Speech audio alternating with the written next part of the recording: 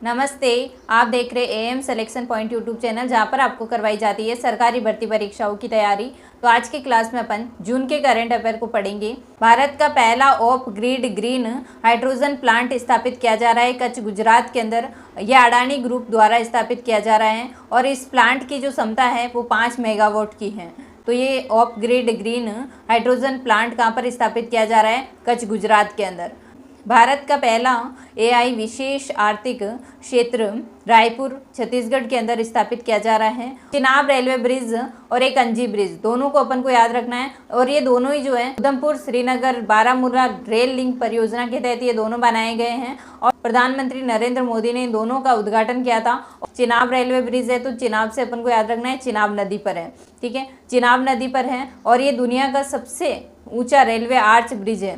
ठीक है, इसकी ऊंचाई कितनी है भाई? सबसे ऊंचा है तो इसकी ऊंचाई है 359 मीटर। ठीक है, जून के अंदर अभी उद्घाटन किया गया था प्रधानमंत्री नरेंद्र मोदी के द्वारा। ये तो चिनाब नदी पर बनाए गए हैं और ये अंजी नदी पर बनाए गए हैं। तो अंजी जो ब्रिज है ये अंजी नदी पर बनाए गए हैं और ये भारत का पहला केबल स्टैंड रेलवे पुल है और इसका उद्घाटन नरेंद्र मोदी के द्वारा भी किया गया था। प्रतिभा सेतु पोर्टल को यूपीएससी संस्था के द्वारा शुरू किया गया था। वह विद्यार्थी जिन्होंने यूपीएससी एग्जाम के सभी चरण को पास किया है लेकिन फाइनल मेरिट के अंदर उनका चयन नहीं हुआ है, तो ऐसे उम्मीदवारों का डेटा सुरक्षित रखने के लिए प्रतिभा सेतु पोर्टल बनाया गया है, ताकि कोई और अगर संस्था है और ऐसे योग्य उम्मीदवार की अगर तलाश में है तो वो उनसे उम्मीदवारों से संपर्क कर सकते हैं। ठीक है, इसलिए प्रतिभा सेतु पोर्टल को यूपीएससी संस्था ने शुरू किया है। पहला था गोवा, दूसरा मिजोरम और तीसरा है त्रिपुरा। ठीक है, ये 3 राज्य ऐसे हैं भारत के जिनको कि पूर्ण साक्षर राज्य के रूप में घोषित किया गया है। अभी तीसरा याद रखना अपन को कि जून 2025 के अंदर तीसरा पूर्ण साक्षर राज्य किसे घोषित किया गया है, तो याद रखना अपन को त्रिपुरा। ठीक है, तीसरा है त्रिपुरा है, ऐसे याद रख सकते हैं कि तीसरा है त्रि बोलते ना, तो संस्कृत में 3 को बोला जाता त्रि। ठीक है, तो तीसरा जो है पूर्ण साक्षर राज्य कौन सा है? त्रिपुरा है। और दूसरा कौन सा है? मिजोरम है। और पहला है गोवा। ठीक है, और इनको एक ट्रिक से भी याद रख सकते हैं, GMT। ठीक है, तो ये अपन इनको लाइन से याद हो जाएगा। सबसे पहले गोवा है, फिर मिजोरम है और फिर त्रिपुरा है। ठीक है, ती से त्रिपुरा, ती से तीसरा। ठीक है, और अगर ये ट्रिक अगर भूल जाओ तो ये भी याद रख सकते हैं, त्रिगोमी पूर्ण साक्षर राज्य हैं। तो सबसे अच्छी ट्रिक है GMT। ठीक है, जी से गोवा, M से मिजोरम, T से हो जाएगा त्रिपुरा। नव्या पायलट योजना जो है 19 राज्यों के 27 आकांक्षी जिलों के अंदर चल रही है और इसको आरंभ किया गया था 24 जून 2025 को सोनभद्र यूपी से, यानी उत्तर प्रदेश से इसको शुरू किया गया था, सोनभद्र से। पायलट योजना जो है इसका उद्देश्य क्या है?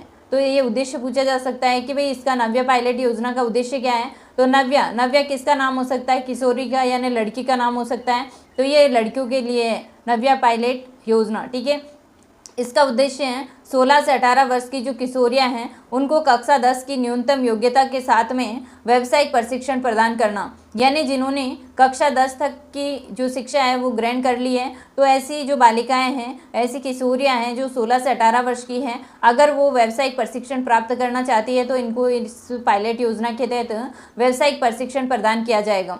ठीक है, और ये कितने राज्यों में चल रही है? 19 राज्यों के अंदर, और 19 राज्यों के 27 आकांक्षी जो जिले हैं वहाँ पर चल रही है।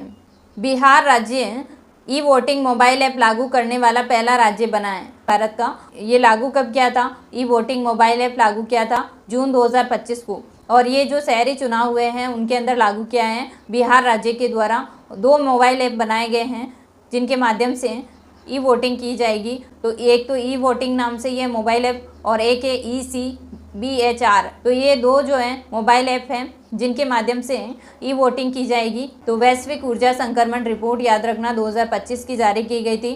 ये 19वां संस्करण था। 118 देशों का ये संक्रमण रिपोर्ट जारी किया गया था और इसमें से भारत का स्थान है 71वां और शीर्ष स्थान पर, यानी सबसे ऊपर रहा है, फर्स्ट स्थान पर स्वीडन। ठीक, भारत के लोकपालों के द्वारा अपनाया गया नया आदर्श वाक्य कौन सा है? नागरिक सशक्तिकरण, भ्रष्टाचार उजारीकरण। ऐसे याद रख सकते हैं कि लोकपाल जो है अब भ्रष्टाचार नहीं करेंगे, भ्रष्टाचार उजारीकरण संबंधित है ये आदर्श वाक्य। ठीक है, ऐसे याद रख सकते हो आप, ताकि अपन को ये याद हो जाएगा कि नागरिक सशक्तिकरण और साथ में ही भ्रष्टाचार उजारीकरण। लोक संवर्धन पर्व ये मनाया गया था 11 से 15 जून 2025 को नई दिल्ली के अंदर। ये 5 दिवस यानी 11 से लेकर के 15 जून तक मनाया गया था। और लोक संवर्धन पर्व, इसकी थीम थी सबका साथ, सबका विकास, सबका विश्वास और सबका प्रयास, समावेशी और सांस्कृतिक विकास पर बल। किरण रिजिजू जो केंद्रीय मंत्री है, इनके द्वारा उद्घाटन किया गया था लोक संवर्धन पर्व का। विश्व निवेश रिपोर्ट 2025 इसको जारी करने वाले थे अंकटाड UNCTAD और भारत का स्थान इसके अंदर है 16वां। रुद्रास्त्र ये मानव रहित एक विमान है। हाल ही के अंदर पोखरण राजस्थान के अंदर इसका सफल परीक्षण हुआ है। अंतरिक्ष प्रौद्योगिकी नीति को मंजूरी देने वाला तीसरा राज्य कौन सा बना था? तमिलनाडु बना था। तीसरे याद रख लेना कि तीसरा है तमिलनाडु। किसको मंजूरी देने वाला? अंतरिक्ष औद्योगिकी नीति को मंजूरी देने वाला तीसरा राज्य बना है तमिलनाडु। थैंक यू, मिलते हैं नेक्स्ट क्लास में, तब तक के लिए जय हिंद, जय भारत।